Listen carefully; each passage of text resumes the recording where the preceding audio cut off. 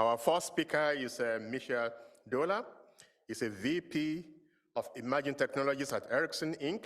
in Silicon Valley, working on cutting-edge topics of 6G, Metaverse, XR, quantum, and blockchain. Michel holds a PhD in telecommunication from King's College London that he received in 2003. He serves on the Technical Advisory Committee of the FCC and on the Spectrum Advisory Board of Ofcom. He's a fellow of the IEEE, the Royal Academy of Engineering, the Royal Society of Arts, the Institution of Engineering and Technology, and a distinguished member of Harvard School Leaders Excellence. He's a serial entrepreneur with 5 companies, composer and pianist with 5 albums on Spotify and iTunes, and fluent in several languages. He has had ample coverage by national and international press and media, and is featured on Amazon Prime. He's a frequent keynote panel and tutorial speaker, and has received numerous awards. He's a top 1% cited innovator across all the science fields globally.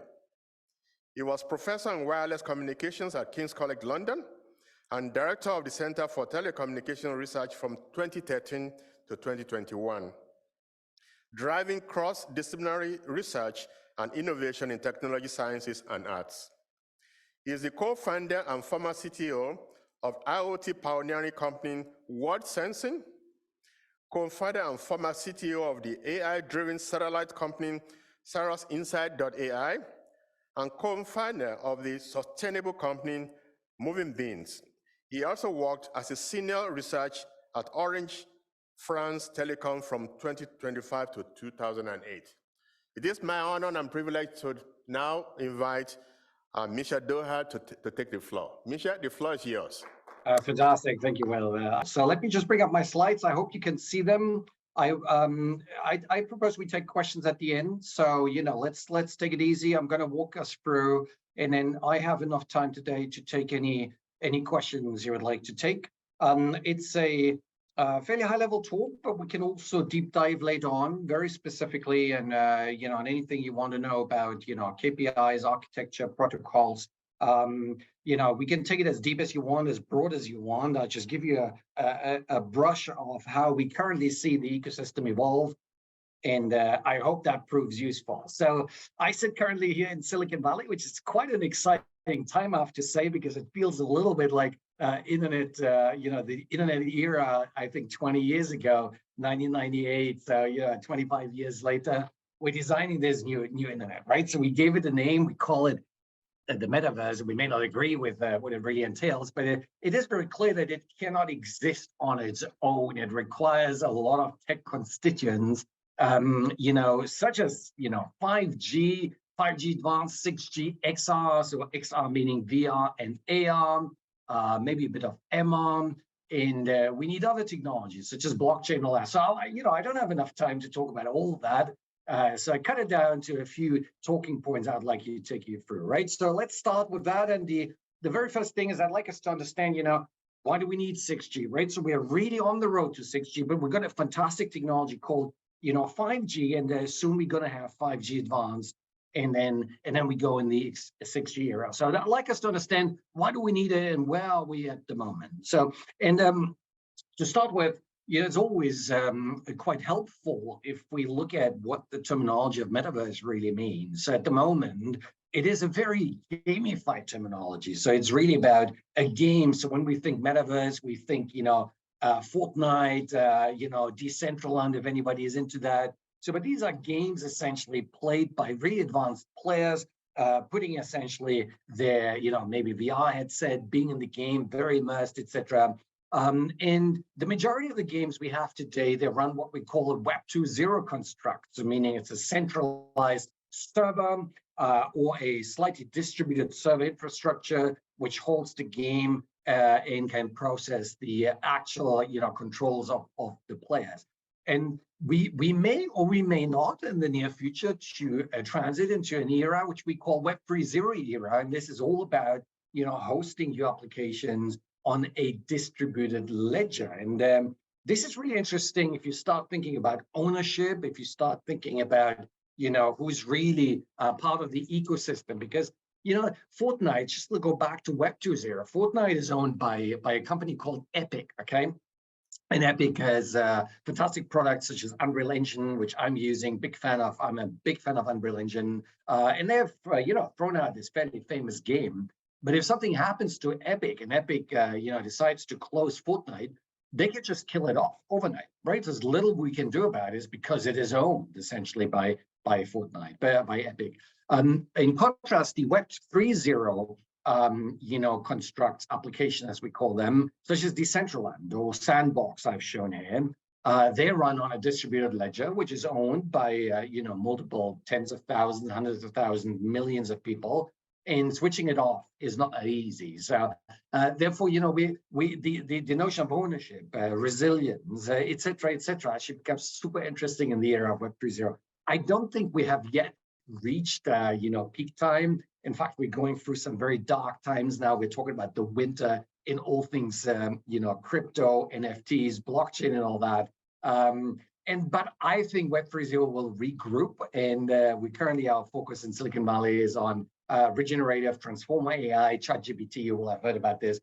So I think that gives enough time now for Web 3.0 to regroup. But anyway, coming back to what is really, if we just really fish out the most important traits of these games, and it's really that immersive thing. There's immersive, it's persistence, interactive, okay? And persistence means if you go back today, if you go back tomorrow to Fortnite, you will find essentially the gameplay, if you left an object there, it will still be there. So it's persistent, it's interactive because you're playing with a lot of players, and it can be hugely immersive. So therefore, when we talk about metaverse, it doesn't mean it's a gaming thing. It doesn't mean it's a meta in the sense of a Facebook construct. It is really that next generation internet, okay, which is that immersive, persistent, interactive internet. That's really what we're trying to build. And of course, gaming is kind of the starting point, but we think this is not the end game. So, and if we look at it further, are there any applications out there? Are there consumers actually interested in that metaverse, in that XR thing? Ericsson has a really interesting report coming out. I think once a year, I would say it's the consumer report. And, typically we would query thousands of consumers and ask them, how do you feel? What do you think is a really cool thing in terms of technology? And we would get these market insights from all around the world, which really worthwhile to read. And it's all for free. Just go on our website and you can read that, okay? So, and it turns out it actually is a huge demand. People want it, right? So there's a lot of stuff we will not do in an immersive environment or in the metaverse, if you were. But there's a lot of stuff we spend more and more time in, and we can imagine a world where we are not only gaming anymore, but we're using this, whether you're going shopping or you're navigating complex environments. So as I've always said, I'd love to have some AR glasses which guide me through, Costco, right? So for those who are in the United States, they know what I'm referring to. Shopping in Costco for me is a barrier which is very difficult to handle. So if I had AR glasses where, my wife just tells me what I need to buy and then it guides me there, and this is like, I would subscribe for this for a lot of money actually. So here you go. So a lot of other stuff coming out. Music, we have done quite a lot of music, actually, me personally. Sporting has really taken off. And, in fact, the Nreal glasses, AR glasses you can buy currently with British Telecom in the United Kingdom. You can watch football there. This is great. We're starting to spend so much more time in these more immersive environments. So demand is there. And the question is now, where are we in terms of technology? And that's what I would like us to understand today, right? And we in Ericsson actually have done something last year, which was a surprise hit. And we built something which is that immersive, persistent, and very interactive construct. So you see that lady here is putting on her AR glasses. That's the other lady who's being volumetrically scanned by this volumetric scanner. And they're communicating with each other using a 5G network, and you put on the glasses. And I actually tried them. You see that fancy picture of myself here in these futuristic glasses. I tried them on, and it's spatially persistent. It's really interesting, right? So I have the person, it was actually Ezra who was in front of me, the lady, she was in front of me. And so I'd have Ezra in front of me, and then I would move my head And Ezra wouldn't move with me. She's actually spatially anchored right in front of me. So therefore, the spatial anchoring makes it so much more intuitive, much more like we would perceive things in the real world. And of course, this year, I'm inviting anybody who comes to Mobile World Congress. It's happened in a month's time. We have a lot more surprises on the table. I can't talk about this, but if you're in Barcelona, let me know, and we can show that to you. So here you go, right? So we did our first baby steps for building this very immersive environment, and we learned a lot. We really learned a lot in terms of, hey, what do you need in terms of resolution? What works, what doesn't? We learned a lot in terms of data rates, jitter, latency, things we always talked about on papers for years already. Those among you have been part of the 5G design circus, which happened, literally maybe 10 years ago. There's a lot of work which has happened in academia back then. We talked about this quite a lot before then. Industry took it more seriously and started building the systems.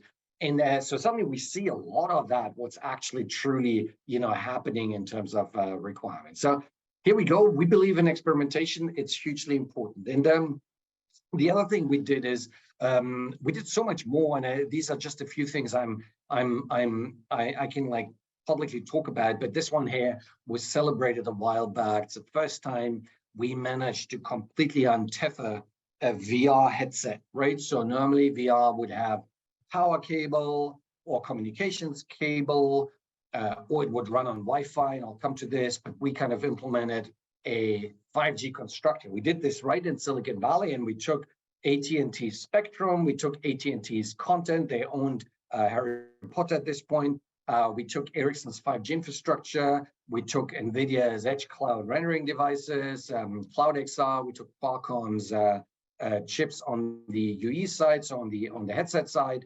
Dreamscape actually built the content, and Weaver kind of rendered that. So we had a really sweet combination of partners here, where everybody concentrated on one part or another of the stack. And we were able to show that 5G can do that. So what happened is you put on your VR headset and you go into a beautifully rendered high-resolution world where you can experience Harry Potter, and you would move your head, and the world would be re-rendered. And in fact, the rendering didn't happen in the headset; it happened on the edge cloud, right? NVIDIA's Cloud XR. So we would use ultra low latency 5G to communicate that the headset has shifted.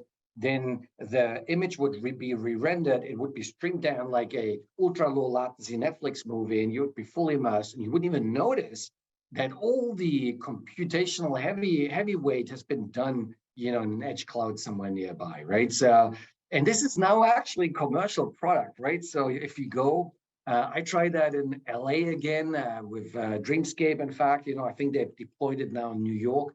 I don't know exactly, but Dreamscape is, it's fascinating. It's kind of the cinema of the future. You just go in like in a real cinema.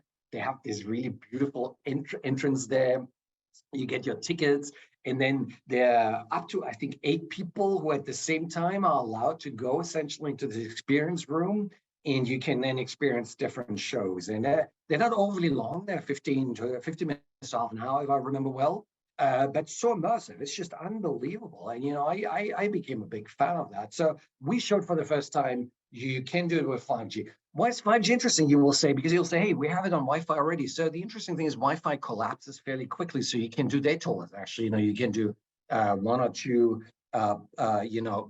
players really well, a cinema goes really well. But anything beyond that is a real stretch. So in 5G, you can handle that easily. You can have 10 people, 20 people at the very same time participate with one single access point. So that's the beauty of that, right? So, and we wanted to show to the world that we can do that. So here you go. Dreamscape, just, write it down. If you're in New York, if you're in Los Angeles, go and see them. But this is what we learned, right? So we kind of really learned that, hey, if you can do things along the devices. So as an example, if you tried the new Quest Pro from Meta, it's really an impressive design, even from a physics point of view, really great resolution, all that. We kind of learned, what are the limits of these devices where you do stuff on the actual device, right?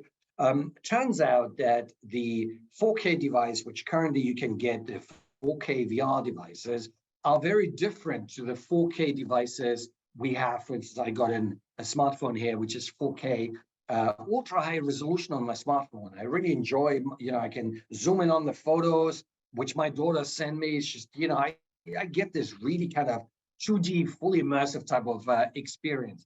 Now, once you go into the VR headset, you get, in a 4K headset, you get 2K here, 2K here, so 2K on each eye.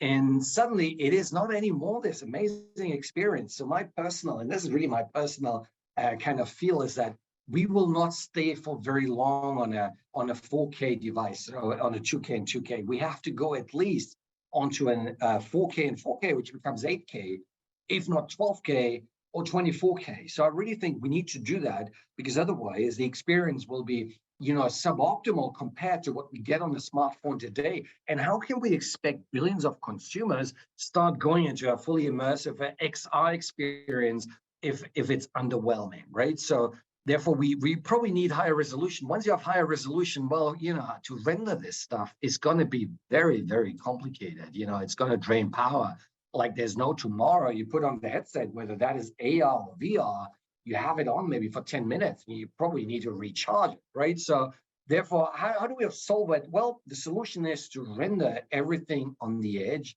and only consume power via the comms link, okay?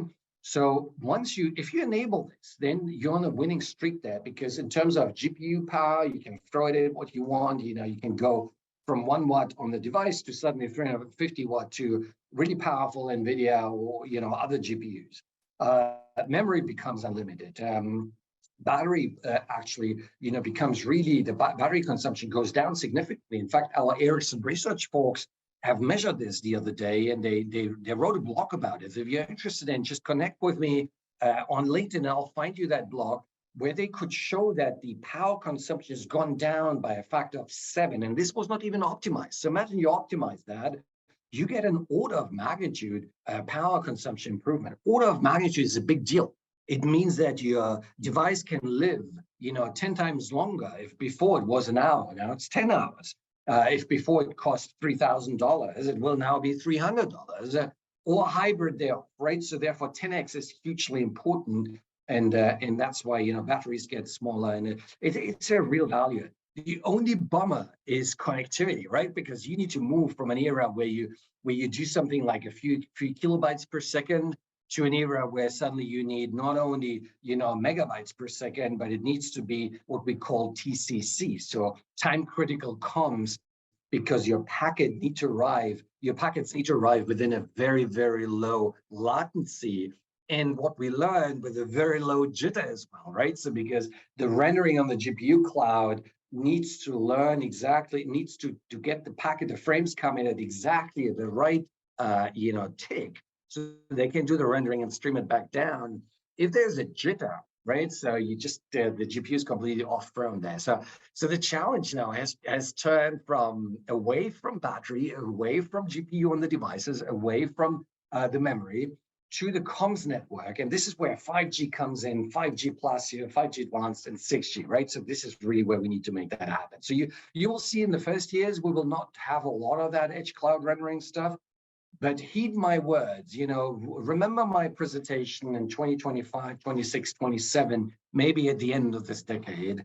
And you will remember Misha told you, 4K, not enough, 8K, 12K, 24K, and we need to do edge cloud render. So let's see how this plays out. If I'm wrong, I owe you maybe a coffee or drink. So here you go.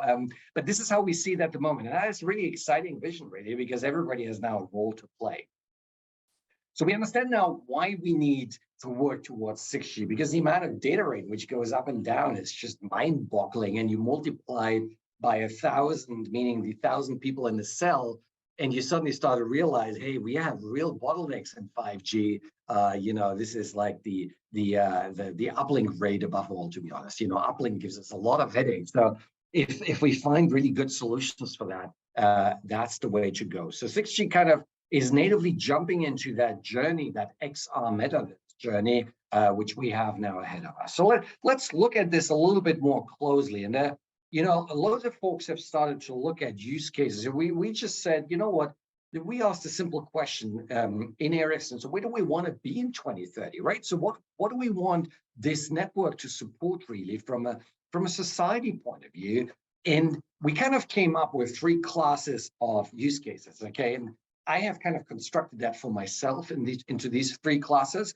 And the first one is like this immersive XR experiences. So you see the lady doing the shopping here, it's augmented overlay, it's an AR shopping experience. She may wear contact lenses. She may have an NFC chip which connects essentially to the billboard, which only she can see. So it's essentially, I see it from a comms point of view a little bit like 5G plus. Okay, so you do it better with you will do it better with 6G. But we could do it with 5G and 5G advanced. 6G will clearly help, but it will not be, indispensable in this sense. Use case number 2 is a different ballpark figure altogether, and we call that a holographic society. So you see that couple having dinner together, and it's we're almost in Valentine's Day, a very romantic setting here, but they're actually physically not together. Okay, so they're physically apart. They're being projected into each other through these holographic, kind of projections.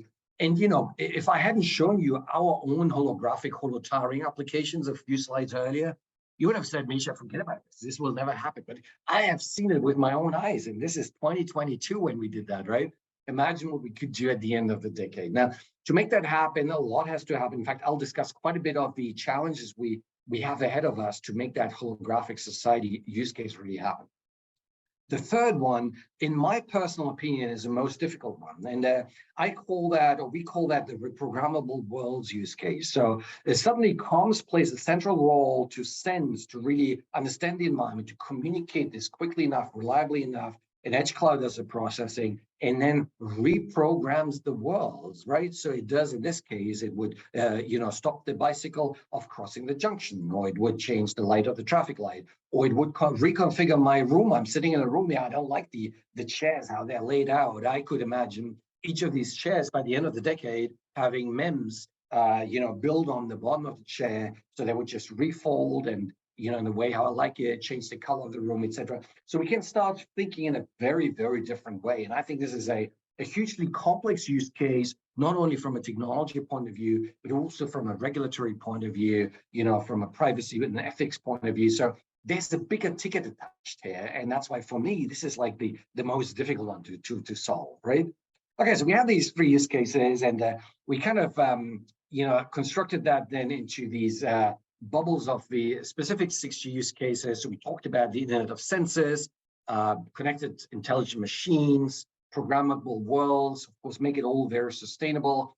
And we published a paper, which we, very early on, actually, we were one of the first ones to republish 2018-19, a 6G vision paper, which was which was updated in 2022. So there's an update now, you can download that for free. And we realized to make that happen, we need 4 big bubbles of technology, right? So the first one, the blue one, is all about connectivity. This is really central to our, is our bread and butter in a sense in the telecommunications world. Make it happen, more frequencies, better networks, make sure it's very reliable, works everywhere. The second thing we realized is that we really need to flatten, network and compute, and that's hugely important. Currently, as an application developer, you really have to worry where you're going to put your load, your application load, right? So in this future 6G era, where we need to render a lot of things within 10 milliseconds of my consumers, you don't want to think about this anymore. So we really need to flatten entirely compute and networking.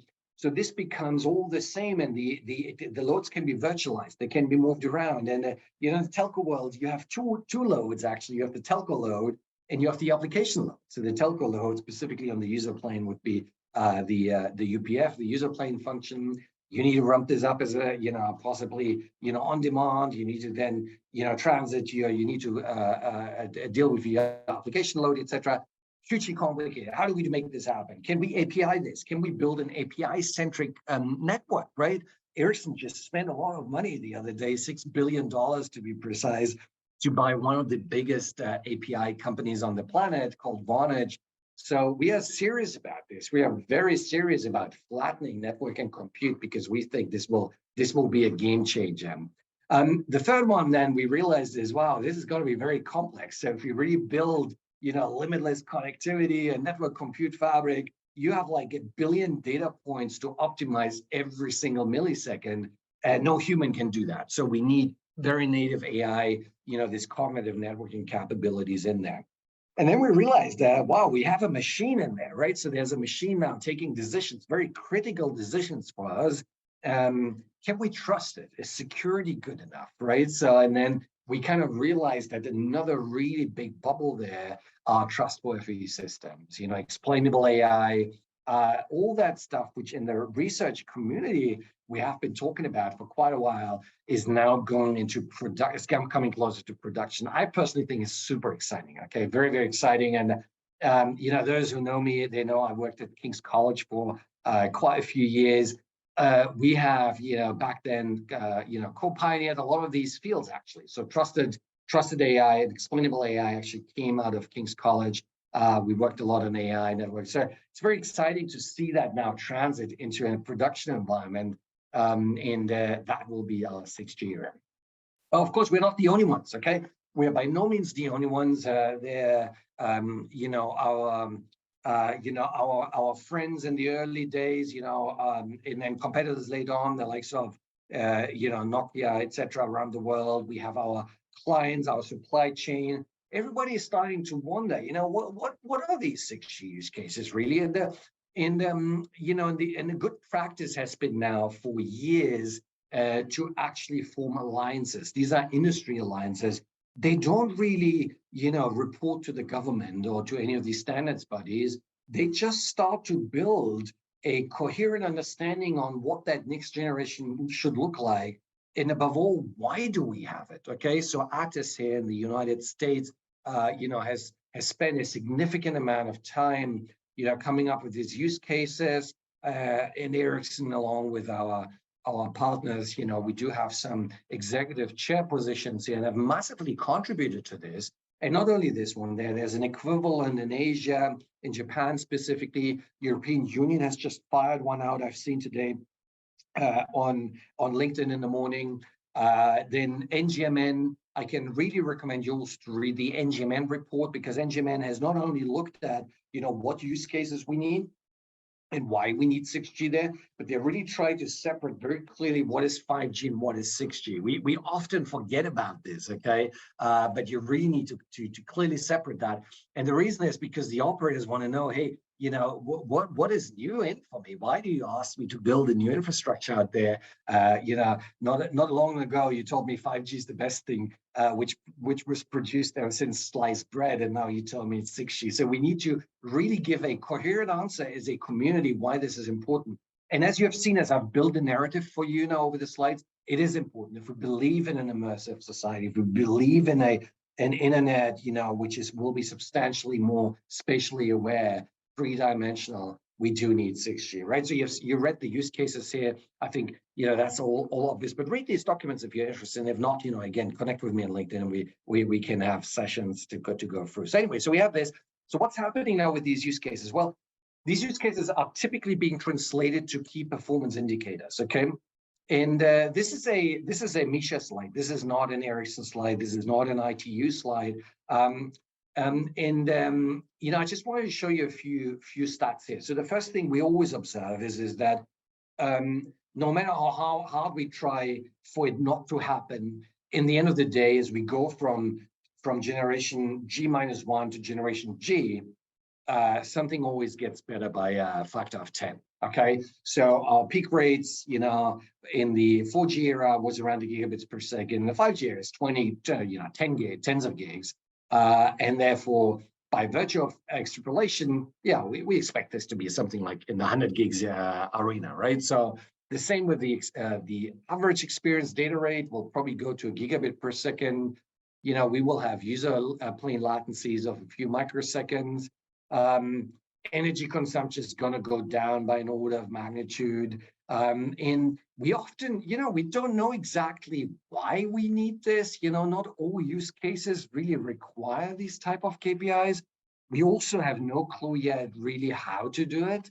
But it just turns out that every single generation, we didn't know how, we didn't know why, and yet when time came about, we needed it. Okay, so therefore these are numbers we will see in 2030. Okay, I bet it. Again, this is not an Ericsson bet, this is an ITU bet, but I think it will happen.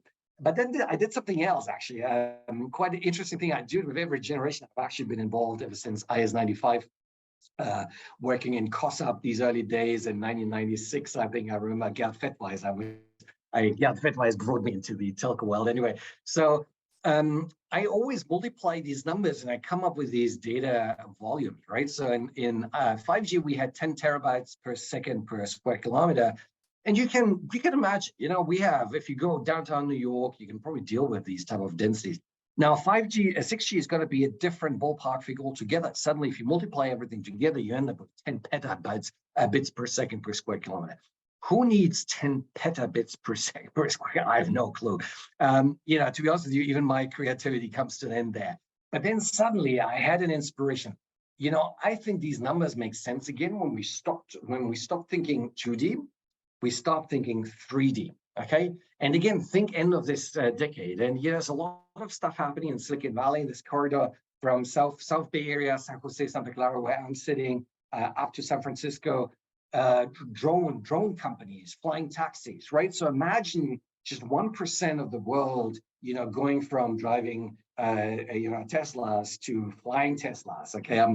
I'm improvising here, as you can imagine, but just starting to think really three-dimensional. You suddenly you don't normalize anymore per square kilometer, but per cubic kilometer.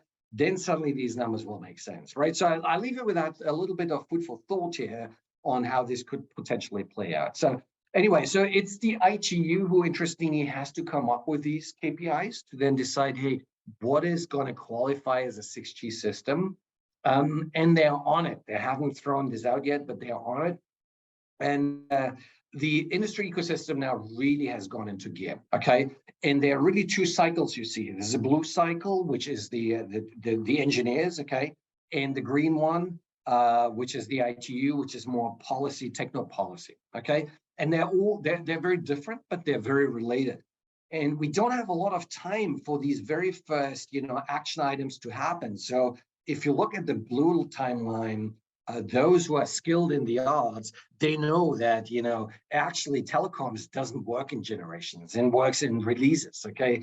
So the engineers who really designed this, every 18 months, they throw out what is called a release. And that release has, tens of thousands of pages of specifications. And, it really ensures that the whole world is able to communicate. So today, as an example, my iPhone, I have an iPhone here, I can buy it in the US with a SIM card, maybe from, I'm making this up, right? So I'm buying the phone in the US, it's maybe produced somewhere else in the world. I get the SIM card from the UK. I'm traveling in South America. I'm calling my friends in Australia, got the phone in Asia with the SIM card from, from Central Africa. And it works, right? So it is actually kudos to this blue ecosystem that we get these systems working. It's a real success story. It's hugely complicated. This goes anyway. So the story is that we will really start seriously talking about 6G in release 20, which will start around mid-2025. We are now beginning 2023. Already in release 19, will be first requirements discussions. We got a year and a half, maybe 2 years to do a bit of magic there. So, and these are really years where we are ramping up, R&D in the industry ramps up. We are looking more seriously what the academia has been cooking for the last 5 to 10 years. So it's a great time now to be in that field. And at the same time, the blue line cannot do anything unless the ITU part gets their act together. And the ITU really is responsible for getting more spectrum, for getting the requirements, etc. And the spectrum part, I've highlighted that in red actually, is only being discussed every 4 years. This is not something we discuss every day. So the 3GPP delegates, the blue guys there, they meet, every month and a half and sometimes a bit more often to discuss things. The ITU folks meet every 4 years, and that's the real bottleneck, because if we want spectrum for 6G, this needs to be decided at the World Radio Conference in 2027. we cannot decide anything in World Radio Conference in 2027 unless we table some action at the World Radio Conference 2023, which is at the end of this year in Dubai, I believe, or Abu Dhabi, I can't remember. So end of this year, November, right? So it turns out that we really need to make the regulators around the world understand that we need more IMT spectrum, because otherwise we can't support neither the uplink nor the downlink for a fully immersive society, right? So I think we're good with Wi-Fi. Wi-Fi has a lot of spectrum. We just really need to get a little bit more for the IMT world. So it is a bottleneck at the moment. You know, I don't want to lie to you. It's currently a bottleneck.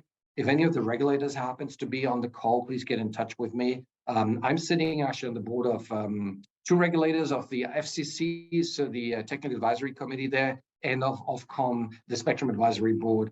We're working 24/7 to make sure there's a coherent story there. So I just want you to understand that it's hugely complex and two different worlds really there needing to synchronize. But at the end of the decade, I hope we're going to have it. We're going to have first implementable specifications by 2028.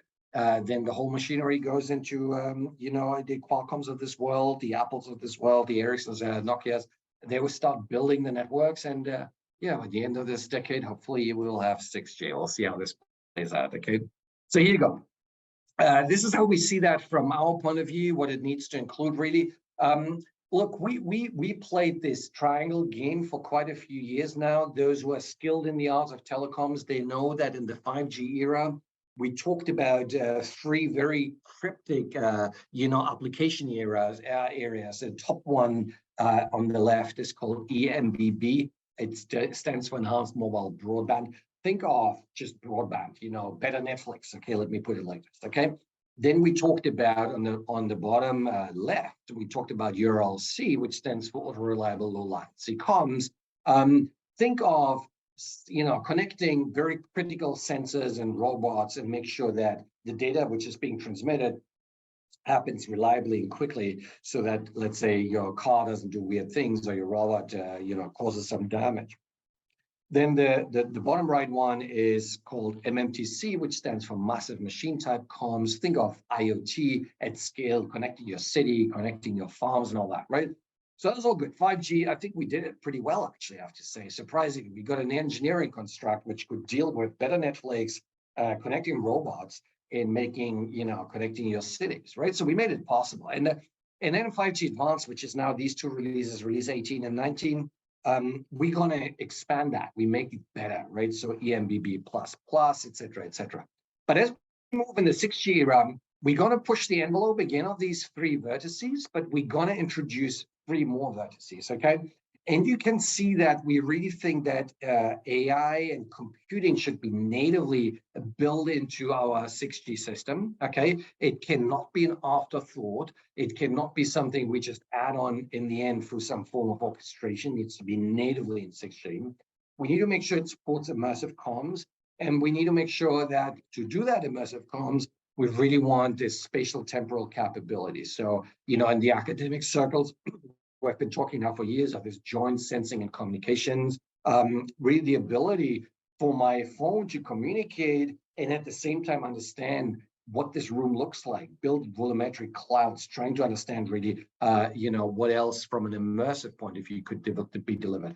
Building this natively into 6G is an exciting roadmap, loads of challenges, but if we get that right, that would probably the very first comms infrastructure, which natively kind of integrates these very, very advanced, communication concepts, right? And it's not the first time that telecom would do that. SDN, I think, is probably much more, predominantly deployed in the telco infrastructure compared, let's say, to the cloud infrastructure. I have no data here, but it's just my feel. Okay, so I think telecom is it's very slow on some things. It's very, frustrating that we always need to wait, 10 years for a new generation. In fact, even a bit frustrating that we always need to talk about a generation. But in the end, that engineering construct, the blue cycles I'd shown you on the earlier slide, it's so solid that in the end, stuff is being delivered, it's being deployed, and it's global. That, I know that if I take a plane from San Francisco to Barcelona, it will work, okay? So therefore, that's our 6G vision from we can deep dive if you have any questions. We can talk about this in many more details. But what I thought I'll do, maybe the last minutes before we go into Q&A, is really talk a few challenges here, right? So a few challenges, there happen to be 6 challenges because we're in the 6G era. So in the 7G era, you will have more from me, but for the time being, let's stick with 6. It could have been 100. I just picked those which I thought are like my personal top ones. And number one is really, if we are serious about an end of decade cyber-physical continuum, meaning where we're doing sensing, processing, and actuation at the same time, we need to get more serious about a lot of things, right? So there's a lot of data being processed, a lot of data going up and down. Some of that is super critical, super critical, right? So the question is, if I lost a single packet over the air, could that cost lives? We don't want that, right? So it's something where we want to really ensure there's a stability there. We want to make sure that machines don't take over, that there's a weird thing happening because of some async of some control loops. So therefore, the ability to observe, act, and to predict stuff, super important, which is why our community is really driving this notion of digital twins as part of that envelope, because in digital twinning, you can then take your network, you can take your real world, you can take your robots, you can take your decision makers, bring it into this simulated world, and you can start building, very sophisticated scenarios. AI can learn natively before you put it into the wild. So one of the biggest challenges, and very few people talk about this, interestingly, I feel it's more NVIDIA talking about this in the computing world than actually our telco folks. If anybody in telecoms is on this call, I beg you, we need more of these skills in our realm of telecommunications. Number 2, it's really the spectrum trap, right? So we fell a little bit into a spectrum trap with 5G. In 5G, we talked a lot about millimeter wave, and there's a lot of excitement around the millimeter wave. Not surprising, there was a lot of excitement, above all among academics, because you could publish a lot, would probably get a lot of citations, and it's I think a fantastic thought leader experiment to go with that millimeter wave thing. But looking at the deployments now, it's simply because of the economic aspect of the whole thing. It is not even within 1% of what currently 5G constitutes, right? So, and that's pretty sad, because we have actually spent billions of dollars, not only the government funders, but also the industry actually spent billions of dollars and tried to make that millimeter wave work. And I think it will come eventually, right? So I'm not saying it was a bad idea, but it's just we need to get our priorities right. And priority in the end of the day is where we can really enable these advanced 6G use cases, where we can get a lot, we can get the coverage, we can get the data rate. And it turns out that, some sweet spots which are still available is between the 10 gig, the 7 gig, actually 7 gig to 15 gig, right? So you see that green one there. It's really essential. We really need that. That's really where we want our 6G systems to sit, okay? And then we do got the complementary stuff, like millimeter wave today is complementary to our mid bands. We want that sub-terahertz range to be complementary to our essential centimetric range, right? So, and that's really what we need to drive. And why am I always saying that?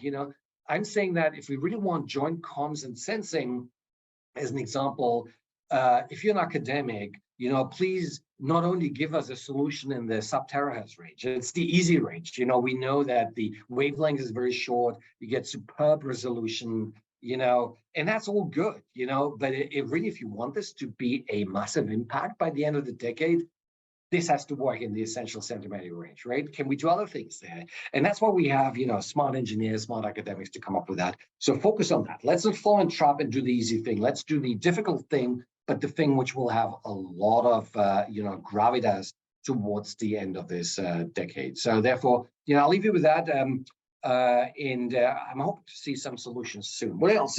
AI, right? So we talk about AI. I've been probably exposed to AI in telecoms ever since I was in France Telecom in Orange between 2000 and when was that? That was 20 years ago, 2005 to 2008. And, Release 8 just came out, and we talked about self-organizing networks and all that. So this is where we first time talked about this. But if you paid attention, we have really we've really used back then, AI to configure our networks. And it's only now that we're starting to make this happen, okay? If you look at the world of SMOs and RAPs and all that, where AI is really helping us to configure networks, take very quick decisions. There's a lot of AI in our networks these days. So we just released, I think, 200 new AI products the other day. It's really now taking exponential pace. But what we are really doing is we have humans design the networks and AI configure that, right? So then 6G, I think AI will be much more native as part of the whole telco offering. There's no other way. We cannot build it as a posteriorly thought little thing where we say, okay, 3GPP, give us a black box where we can put AI so it can do a little bit of magic, a bit like the NWDAF function in the core network these days. It needs to be more natively built in, right? So that's really what we need. And we're working on that. And I think that will be super exciting. This is really where telecoms and computer science really comes together, because if you look at how generative AI, transformer models and all that have changed the landscape within weeks, I'm not sure if you guys see this, but there's this new stuff coming out every single week. It seems like AI is optimizing itself, becoming this era of singularity, but it's going out exponential speed. So, and the telecom will not be spared, and 6G will be a native fertile ground for that. Then the fourth one is all about energy, and I really think, just looking at how the industry ticks at the moment, how Ericsson ticks, how our industry partners globally tick, I think energy will be one of the battlegrounds. Okay, in 5G, 5G was really how many gigabits per second can I pump through the network? This time energy will be more serious, and so we're looking at trying to understand, could a future in 2030 look like a zero energy device future? Meaning, IoT devices probably could be running completely off battery. But hey, can I push this a bit further and say, could my smartphone work actually at zero energy in average, or at close to zero energy? So and then can we push the envelope further? Can we build networks which are carbon neutral? So they may use a lot of energy at some point, but get a lot of energy back at some other point. If that's the case, what's the impact on the architecture? What's the impact on the protocols? This stuff has to work. You can't just disconnect an ambulance because the network doesn't have enough energy to actually power my base station or my user equipment. So I think these are very interesting challenges, and a lot of academic research has been done over the last 10 years. And so the magic will be now to translate that into operational systems. And heed my words, energy will be one of the important battlegrounds in the 6G era. And another one which I find very exciting is for our industry to get away from this ARPU model. So ARPU stands for the average return per unit, I think. In essence, it says, the operators are being paid by the number of SIM cards sold, okay? We have tried for many, many years to transit from an ARPU native business construct to a service industry to make money the same way as Google or Meta or, Apple would make money. But we have failed. Okay. And then suddenly it struck me, maybe we could actually learn something from the Web 3.0 construct. So look at this chart. It looks very complicated, but I'll talk you through. So we see the dotted black, the dotted forks in the black lines here. This is our traditional infrastructure providers, and apologies if you don't see your logo there. I didn't mean to omit it, but I just had limited space here. So I have completely randomly chosen. So this is like the traditional stack you have. So if you now want to play a Fortnite game, Epic would write Fortnite based on that traditional platforms and connectivity and device and components. Fortnite turned out to be a hit. So then Epic thought, hey, how can I monetize that? So then they introduced, paying options for PayPal or Visa or MasterCard, etc. So essentially, a monetization is being built in posteriorly rather than thinking up front. Now, the Web 3.0 community has actually taken a very different stance on this. So look at this. There's a new platform there, which is our blockchain platform, right? So you have a blockchain, could be Ethereum, Cardano, or EOS, or Solana, whatever that is, right? So it's a blockchain which runs on the traditional stack there. So this, I'm talking about the green box now here. And before you can write any application on this blockchain, you need another layer. And I call that the value layer. Okay, so you need tokens, you need wallets, you need exchanges, you need NFT markets, etc., marketplaces, assets, and all that, right? So you have constructs like a token called Sand, as an example, which runs on Ethereum, right? It runs on a specific ERC Ethereum contract. You have MetaMask. So the Web3.0 aficionados on the call will know what I'm talking about. MetaMask is your wallet. Coinbase is where you exchange, is an exchange, etc. Now, the only then, once you have that value layer, can you put the application on top, right? So Decentraland, as an example, or Sandbox or Upland, and actually, by the way, I think Upland is just neighbors of us here in Silicon Valley. I thought I'd seen the CEO of Upland having lunch here the other day. So, these folks, Sandbox as an example, cannot run without the Sand token, which cannot run without the Ethereum blockchain, cannot run without all the other magic we've been traditionally doing.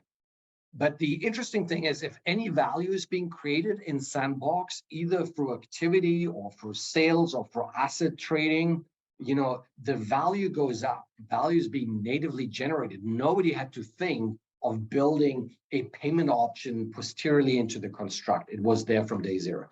So my postulate is that, if we borrow some of these concepts into the telco world, listen, we have a good chance of getting away from this ARPU monetization model, right? So I'll leave it there. I'll let you think about it. My last, challenge, and that's really about privacy. Privacy is a big bugger, actually. I think our engineering community is pretty solid in security. We build really good secure systems, right? If you look at the stack, in fact, you got security at physical layer, at medium access control, at networking layer, all the way up to application stacks. So in fact, you do like 7x encryption of your data packets. So security is pretty cool. Privacy is not cool. So, if you want to use a specific app, you need to tick off the T's and C's, the terms and conditions of the company who's providing the application. And if you like the application, even if you dislike the T's and C's, you will use it. Okay, you will use it. It's secure, but you don't know what's happening with your data once the application providers actually decrypt that, right? And this is, I think, where our community could play a bigger role and just say, hey, we see a lot of the contextual circumstances where that data is being generated or consumed. Can we do more about this? So just think about my AR glasses. So my AR glasses see the world, okay? And maybe the people it sees, do not want to be identified. And are there things we could do, using AI and some other smart things like natively build privacy into our telco stack? And I think this is maybe one of the most important things we need to get right. How we can support that. This will support the regulators. I think it will support a lot of the ethics discussions. To the point where we feel comfortable where I feel comfortable having, my daughters spending time in this new fully immersive 3D internet, okay? So I'll leave you with these 6 challenges, and, I hope I gave you a nice narrative on where we are going. Things are happening. Sometimes we get bumps, right? So things not always work out as we think, but the trend is there. And we need 6G, 5G advanced 6G to really make sure this works out. And then we need to solve on the way all these challenges. I'll leave you with that. I'm very happy to take any questions. I'm happy to share the slides, by the way, as well. So I put some references in there. It's a nice blog we wrote, and loads of other blogs, actually. So a lot about XR and Metaverse and 6G. Read up on this, connect with me on LinkedIn, and I'm going to stop sharing. Which is, if there's time for question, Ashutosh, and well, I don't know, we am happy to take these. Thank you. Can you describe the requirements for the stereo camera and 3D display that is used? Yeah, so this is presumably with respect to the holotaring we did. So we used actually glasses which are commercially available. The company is called Nreal, and you can buy them commercially now, actually. In the UK at least, I know you can do that, and probably globally as well. It's a pretty decent graphics, but new stuff is coming. So, if you have a bit of patience, Mobile World Congress, I think will be really pivotal now to tell us, how this ecosystem will play out. the announcement of the big players such as Meta, Apple, Google, Samsung, in this space will really move the market, I think, over the next 12, 24 months to come. So that's on the display. I think at the moment, everything is 4K. So I think it's 2K and 2K really. So I don't think there will be massive changes. The change in my personal views, and I haven't seen actually the roadmap, but my personal views, we need to work a lot on the optics to get this really fully immersive. It will take a while. But next 12 to 24 months, a lot will happen. Yeah, thank you. All right, next question. Question for the floor. You mentioned about the KPIs that you are pushing through the ITU. Mm-hmm. Have you done any kind of simulation to determine when the choke point will occur on the networks?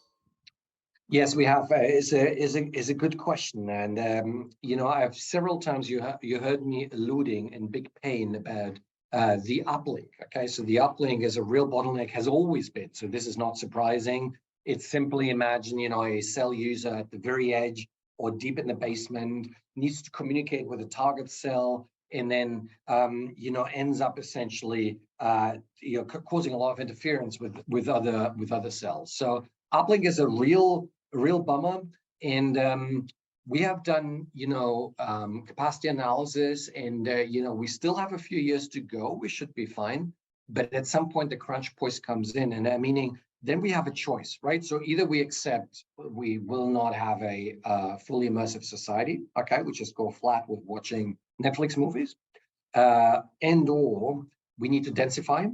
And it's a big take for the operators. Remember, operators are being taxed actually twice, upfront where they pay for spectrum and posteriorly when they make money, okay? So therefore, this is a big ask to the operators to say you need to increase the density of your network by 10x, is a lot to ask, or we get more spectrum, right? So therefore, a balance of these, and then of course having better equipment. So there's really a lot of magic happening in terms of very specific 6G technologies. I haven't talked about this at all today. Ashutosh, feel free to invite me again for another talk where we specifically talk about 6G technologies. So 6G technology is denser networks, more spectrum, or not doing anything at all. So therefore, these are the trade-offs we need to do, and we need to start thinking now so we can address that crunch, which will come in a few years' time. Thank you. Next question. Are there requirements on end user devices that have to meet future metaverse use cases, or is all of the advances needed in networking? That's a great question too. So, what I'm not sure you've been wearing any of these headsets, but some of them get quite warm. There's a lot of processing happening. So it reminded me a little bit of the very first 3G phones. You remember you could wear them, you can carry them around in the winter, and it was actually quite a good design. But we don't want this. So there's a lot of work now on the device manufacturers, and actually, to be honest with you, a lot of kudos to Qualcomm, who has been driving a lot with their Snapdragon 2 and their Spaces program. Just look it up. It is really a market maker. They're providing a lot of reference designs so companies can trial around, they can play around, they can understand whether it would work with the network. But a lot more has to happen. Really, a lot more has to happen. Particularly, what we are very keen on is having, my future AR glasses natively 5G connected. Okay, a bit like the Apple Watch. Okay, at the beginning it was tethered to the iPhone, and only lately became actually totally untethered for a separate eSIM. Now we want the same for the glasses, and this is a tough cookie. Let's see if Qualcomm manages that, but it's difficult. So yeah, they have homework to do. With the 6G, as we go into smaller cells and a lot more number of cells, do we expect the operator to invest in backhaul, fiber optic, and all this extra capacity going to be needed? Or we envision government, or because that's going to be a huge investment, I can foresee that.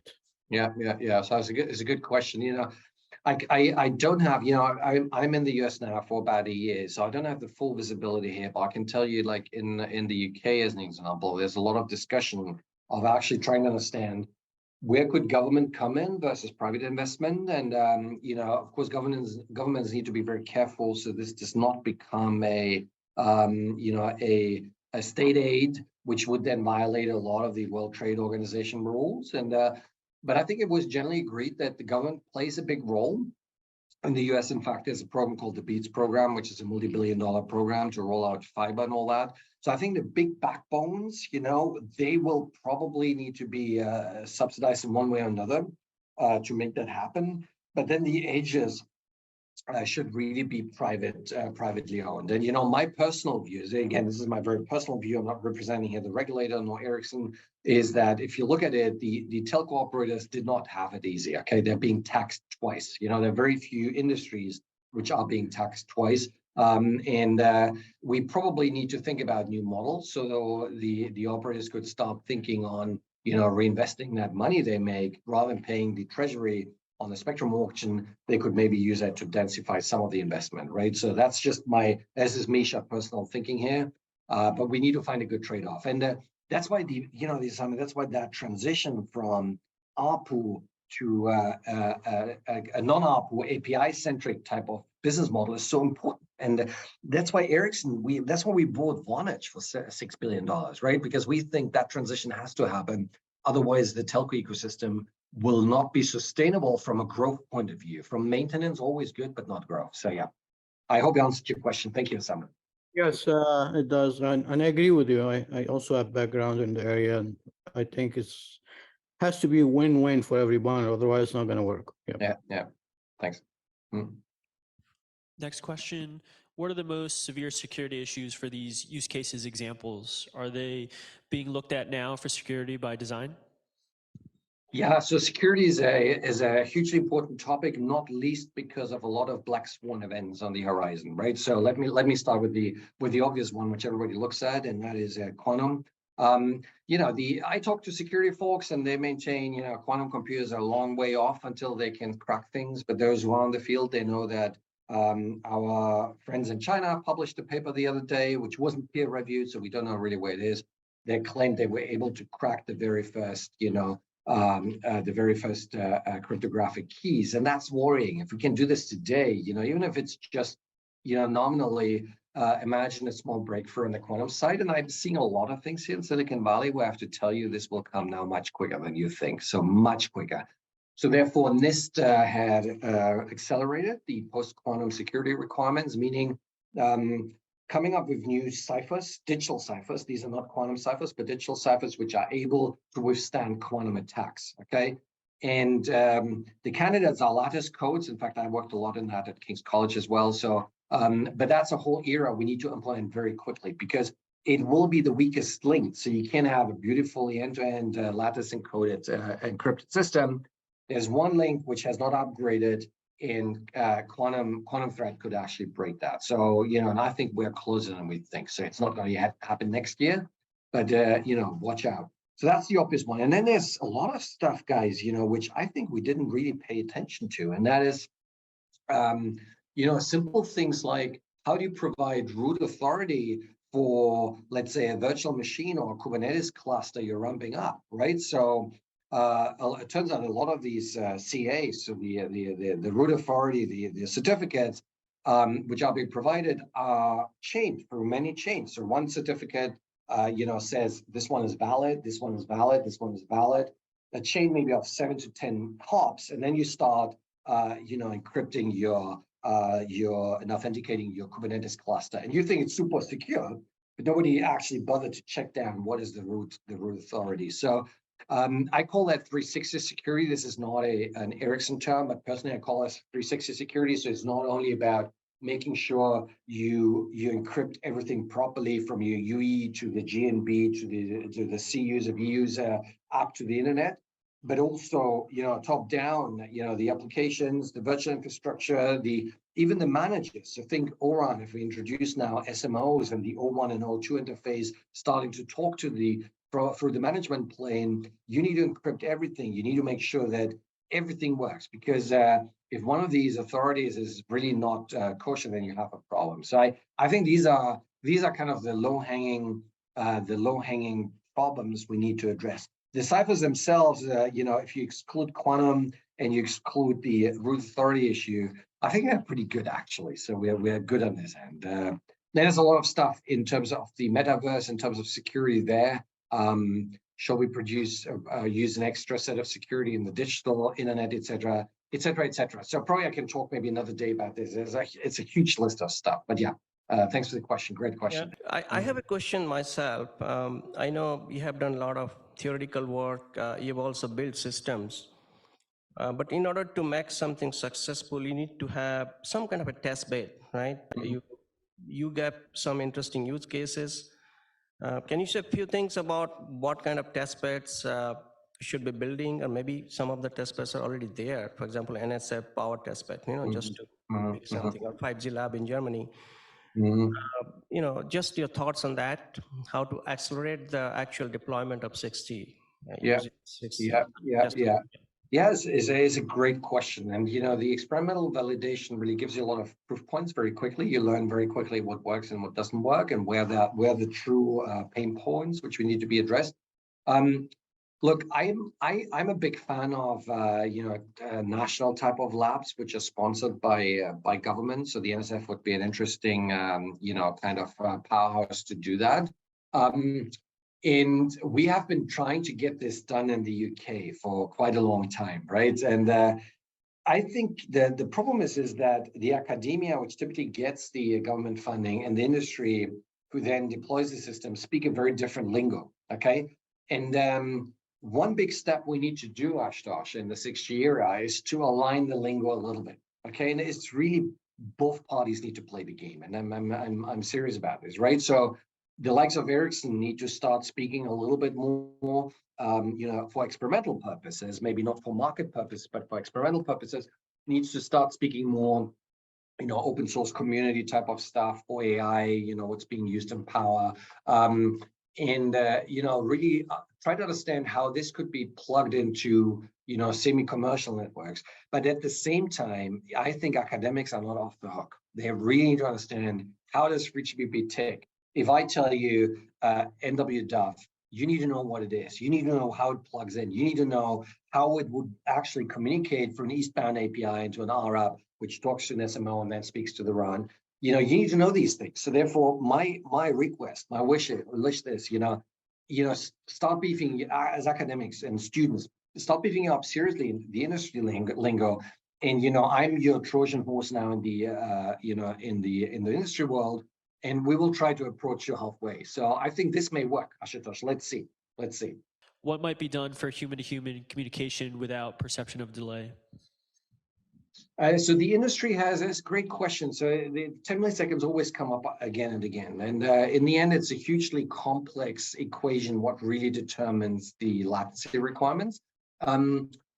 So if we were very, very strict, we would need to execute latencies between frames. Okay, so your FPS, your frames per second, really dictates you how quickly needs to be a round trip time, a full stop. Okay, so a typical Hollywood film would be 24 FPS, so very slow. You have a lot of milliseconds to deal with that problem, but it's very blurry. So if you go to Netflix and you stop at any moment the film, it's always blurry. It's kind of something we adopted for the cinematic industry. We've never gone away from that. As you go into the fully immersive world, if you put on a VR headset, if you are at 24 FPS, you get completely dizzy. So the minimum you need to do is 60 FPS, and the industry currently is at 90 FPS. So if you buy a Quest Pro, you would be at 90 FPS. You do the maths, 1/90 is about, guys, verify this, I think something like 11 milliseconds. In theory, you need to have an 11 millisecond round trip time. So meaning I'm transmitting my movement of the head, re-rendering of the frame coming down. Now, 11 milliseconds round trip time is impossible. You can't do that, right? And then industry now talks about 120 FPS, which is 8 milliseconds. So therefore, the tricks which are being used is what we call, as an example, time wrapping or foveation. So foveation is using that fact that you are essentially never really looking at the whole field of view. You're just actually looking at a central point. So rather than re-rendering the whole frame, you just do a smaller part. So you gain quite a bit of bandwidth and bandwidth there. And the time wrap, which is being used, is that if the signal from the rendering doesn't come back quickly enough, you would do a superposition, linear or non-linear, of the previous frame, right? So unless you're doing ultra competitive, esports type of through your VR goggles, we are good. We can do that. So the combination of time wrap, foliation, and all the other tricks the industry has, we end up essentially with an end-to-end solution which is quite solid. But that also means we need new codecs, we need new standards, because what you really want is an Ericsson 5G network talking to an iPhone, but then also the applications, meaning the NVIDIA Cloudex, are working with whatever a Meta headset, right? So therefore, we need new standard, new volumetric standards, which actually incorporate all these very advanced techniques. So I hope that answered your question, but that's a brilliant question. Thank you. All right, so we'll have our last question. We decided on this one. I guess if there was one governmental or international policy, what do you foresee is needed to realize the 6G enabled metaverse? What would that be? Yeah, so it's a difficult one. So again, I'm speaking as Misha here, okay? So please don't construe this as somebody speaking as part of the regulatory boards, nor of Ericsson. I think we need to work much more on net neutrality. And it's really one way for the operators to reap some of their double taxation and reinvest more in the network. So, the consumers don't have a frustration there. But net neutrality, of course, guarantees that everybody has the same access to networks, which we want. So we don't want to kill this as an industry at all, quite the opposite. But we need to think about new business models for the operators to leverage on. So maybe there's a middle ground. Maybe there's a way of saying, hey, let's have 80% net neutral traffic and 20% traffic which the operators can actually monetize on directly by fast tracking some of the applications. I think this needs to be sandboxed. It needs to be trialed. And, it might be a flop. It may not work. But if it does work, I think that would make a huge, huge difference. So I think that would be a nice thing to look at from a sandbox environment, So, yeah. And of course, more spectrum. And of course, ethics and privacy. But hey, the net neutrality is kind of keeping me up at the moment. So, yeah. All right. Thank you.